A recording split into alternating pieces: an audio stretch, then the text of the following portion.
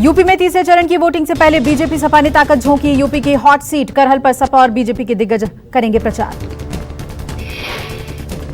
मैनपुरी की करहल सीट से चुनाव लड़ रहे अखिलेश यादव का दौरा। मुलायम सिंह की सभा, अमित शाह भी करहल में करेंगे प्रचार। मैनपुरी इटावा समाजवादी पार्टी का गढ़ है। गृह मंत्री अमित शाह करहल में केंद्रीय मंत्री और अखिलेश को चुनौती दे रहे एसपी सिंह बघेल के लिए प्रचार करेंगे। करहल में अखिलेश यादव और एसपी सिंह बघेल के बीच सीधा मुकाबला। 2 दिन पहले बघेल पर करहल में हमला भी किया गया था। चुनाव प्रचार में पहली बार उतरेंगे मुलायम सिंह। मुलायम सिंह के बेटे अखिलेश यादव के लिए मांगेंगे वोट। एसपी सिंह बघेल पर हुए हमले पर अखिलेश यादव का बड़ा बयान। अखिलेश बोले, बीजेपी वाले खुद पर करवा रहे हैं हमले। अखिलेश ने कहा, केंद्र में भी और राज्य में भी बीजेपी की सरकार, फिर हमला कैसे किया गया। भारतीय जनता पार्टी के लोग खुद ही घटना करा रहे हैं, क्योंकि वो निराश हो गए हैं, चुनाव जीत नहीं सकते हैं, इसीलिए खिसिया करके अपने ऊपर खुद अटैक करा रहे हैं। और आखिरकार जिसके पास सेंट्रल फोर्स हो, सरकार उनकी हो 2-2 जगह, उसके बाद लॉ एंड ऑर्डर की ये स्थिति हो। बीजेपी ने एसपी सिंह बघेल पर हुए हमले के पीछे एसपी कार्यकर्ताओं का हाथ बताया। कहा, सपा के गुंडों ने हमला किया, बीजेपी ने चुनाव आयोग से शिकायत की है। मैंने एफआईआर जो की है, इसके बाद सीआईएसएफ के लोग जो की है उन्होंने जान बचाई। अगर इससे कम सिक्योरिटी होती तो कल पूरी हत्या ही हो जाती। तो सीआईएसएफ जेड सिक्योरिटी के लोगों ने एसपी अध्यक्ष अखिलेश यादव कन्नौज की एक सभा में पुलिस वालों पर भड़क गए। अखिलेश ने मंच से ही पुलिस वालों को बदतमीज बता दिया। अखिलेश ने कहा कि ये बीजेपी के इशारे पर काम कर रहे हैं। दरअसल पुलिस वाले मंच के पास से भीड़ को हटाने की कोशिश कर रहे थे। पुलिस वालों, पुलिस वालों,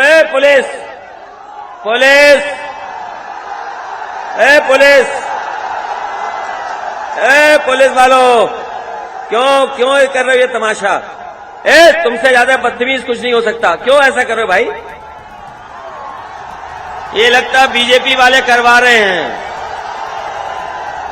ये बीजेपी वालों ने रेड कार्ड इशू किए थे, याद है कि नहीं याद है? और एक जात के अधिकारी थे, एक जात के अधिकारी थे। अखिलेश यादव पर बीजेपी नेता ब्रजेश पाठक ने किया तंज। कहा, सपा के नेता अभी से कर रहे हैं गुंडागर्दी, जनता देगी जवाब। यही कहना कि राष्ट्रवाद और उत्तर प्रदेश को विकास की मुख्य धुरी बनाए रखने के लिए, कानून का राज बनाए रखने के लिए सबको भाजपा का वोट करना है। समाजवादी पार्टी बुरी तरह से परिवारवाद में उलझी हुई है, गुंडागर्दी में उलझी हुई है और जनता इसे फिर नकार देगी।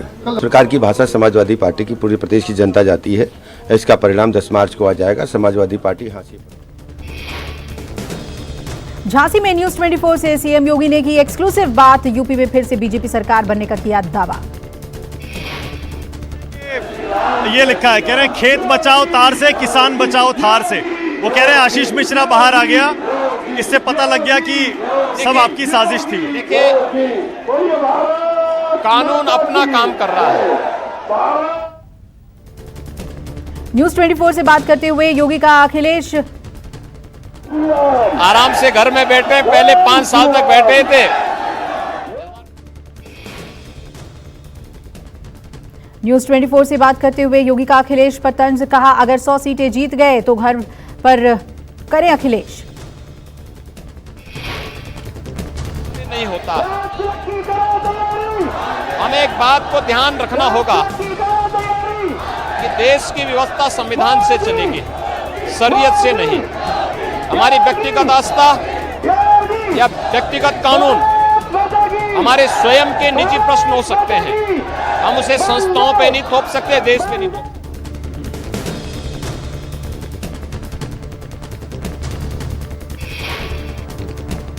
हिजाब विवाद पर भी योगी ने दिखाए तीखे तेवर। कहा, शरीयत नहीं संविधान से चलेगा देश।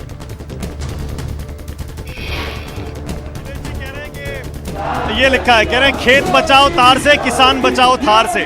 वो कह रहे हैं आशीष मिश्रा बाहर आ गया, इससे पता लग गया कि सब आपकी साजिश थी। देखिए, कानून अपना काम कर रहा है।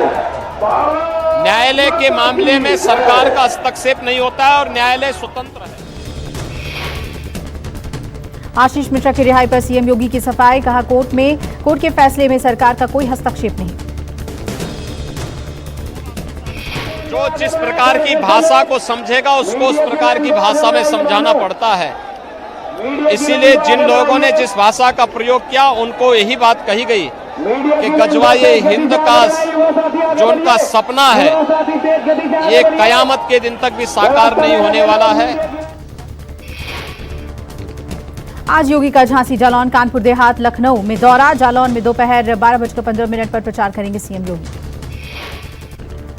योगी कानपुर देहात में शाम 4:15 पर जनसभा करेंगे। लखनऊ में शाम 5:30 बजे चुनाव प्रचार करेंगे सीएम। आज असदुद्दीन ओवैसी का फर्रुखाबाद दौरा, फर्रुखाबाद में चुनाव प्रचार करेंगे ओवैसी। बीएसपी सुप्रीमो मायावती का बुंदेलखंड दौरा, जनसभा को संबोधित करेंगी मायावती। चुनावों से ठीक पहले आज पंजाब में नेताओं के ताबड़तोड़ दौरे। पीएम मोदी, राहुल गांधी, प्रियंका गांधी और राजनाथ सिंह करेंगे चुनावी रैलियां। प्रधानमंत्री नरेंद्र मोदी लगातार दूसरे दिन आज पंजाब में करेंगे चुनाव प्रचार। थोड़ी देर बाद अबोहर में रैली को करेंगे संबोधित। आज राहुल गांधी पंजाब में 2 चुनावी रैलियां करेंगे, दोपहर में बसी पठाना तो शाम 4 बजे सरहिंद में करेंगे चुनाव प्रचार। कांग्रेस महासचिव प्रियंका गांधी थोड़ी देर बाद पठानकोट में करेंगी रैली, तो लुधियाना में डोर टू डोर कैंपेन कर लोगों से मांगेंगी वोट। आज रक्षा मंत्री राजनाथ सिंह पंजाब दौरे पर रहेंगे, पंजाब के मोगा में जनसभा को करेंगे संबोधित। सीएम चन्नी के गरीब होने के दावे का कैप्टन अमरिंदर ने उड़ाया मजाक, कहा अगर चन्नी गरीब हैं तो देश में कोई गरीब नहीं है। पंजाब में मुख्यमंत्री पद की लड़ाई और तीखी हुई, सीएम चन्नी ने आप उम्मीदवार मान को बताया शराबी और अनपढ़।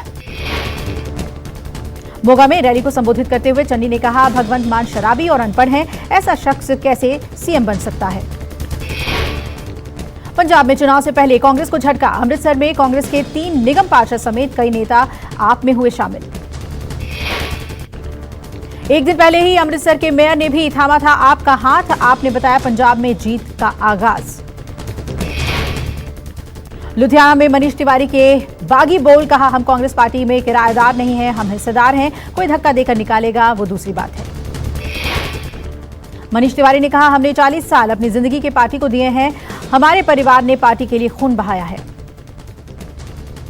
जहां तक हमारा सवाल है, हमने 40 साल अपनी ज़िंदगी की इस पार्टी को दिए हैं, हमारे परिवार ने इस देश की एकता और अखंडता के लिए खून बहाया है।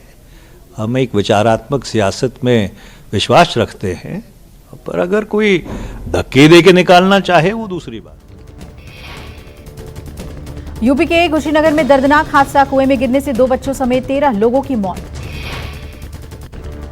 जर्जर कुएं के किनारे निभाई जा रही थी शादी के पहले की रस्में, कुएं का स्लैब और जाली टूटने से पानी में गिरी महिलाएं। हादसे के बाद स्थानीय लोगों ने खुद चलाया रेस्क्यू ऑपरेशन, मौके पर पहुंची पुलिस ने भी कई लोगों को निकाला। स्थानीय लोगों का आरोप, फोन करने के घंटों बाद आई सरकारी एम्बुलेंस, लोगों को समय पर नहीं मिली मेडिकल सुविधाएं। कुशीनगर के नेबुआ नौरंगिया थाना क्षेत्र के नौरंगिया टोला गांव में हुआ यह हादसा। 13 लोगों के मरने के बाद गांव में छाया हुआ है मातम। एम्बुलेंस न पहुंचने पर गांव वालों ने अपनी गाड़ियों से लोगों को अस्पताल पहुंचाया। सरकारी लापरवाही से लोगों में नाराजगी। मृतकों के परिजनों को 4-4 लाख रुपए मदद का ऐलान, कुछ घायलों का अभी भी चल रहा है इलाज। प्रधानमंत्री ने कुशीनगर हादसे पर जताया दुख, पीएम राहत कोष से 2-2 लाख के मुआवजे का किया ऐलान। यूपी के सीएम योगी ने भी शोक व्यक्त किया, पीड़ितों को मिलेगी हर संभव मदद, दिलाया भरोसा। कांग्रेस महासचिव प्रियंका गांधी ने भी ट्वीट कर हादसे पर जताया दुख, लिखा हादसे की खबर सुनकर काफी दुख पहुंचा। हिजाब विवाद पर कर्नाटक हाईकोर्ट में सुनवाई जारी, कल छात्राओं के वकील ने दलील देते हुए कहा हिंदू लड़कियां चूड़ी पहनती हैं और क्रिश्चियन क्रॉस, हिजाब का सवाल क्यों। हिजाब विवाद में साध्वी प्रज्ञा ठाकुर भी कूदी, कहा भारत में हिजाब पहनने की जरूरत नहीं।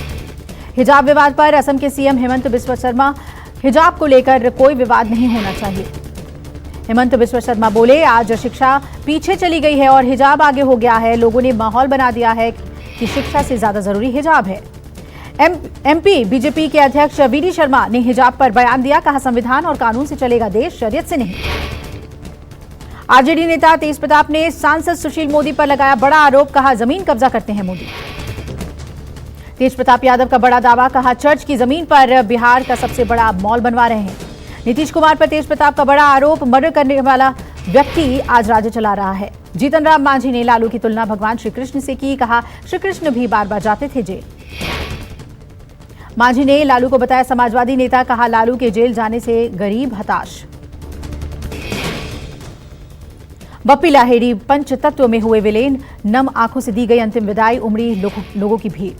मुंबई के विले पार्ले शमशान घाट में बप्पी लाहिड़ी का हुआ अंतिम संस्कार, बेटे बप्पा लाहिड़ी ने किया अंतिम संस्कार। देश में कोरोना के मामलों में मामूली बढ़त, घंटे में 30,757 नए कोरोना मरीज सामने आए, 541 संक्रमितों की मौत। देश में पिछले 24 घंटे में 67,538 मरीज कोरोना से ठीक भी हुए, डेली पॉजिटिविटी रेट 2.23%।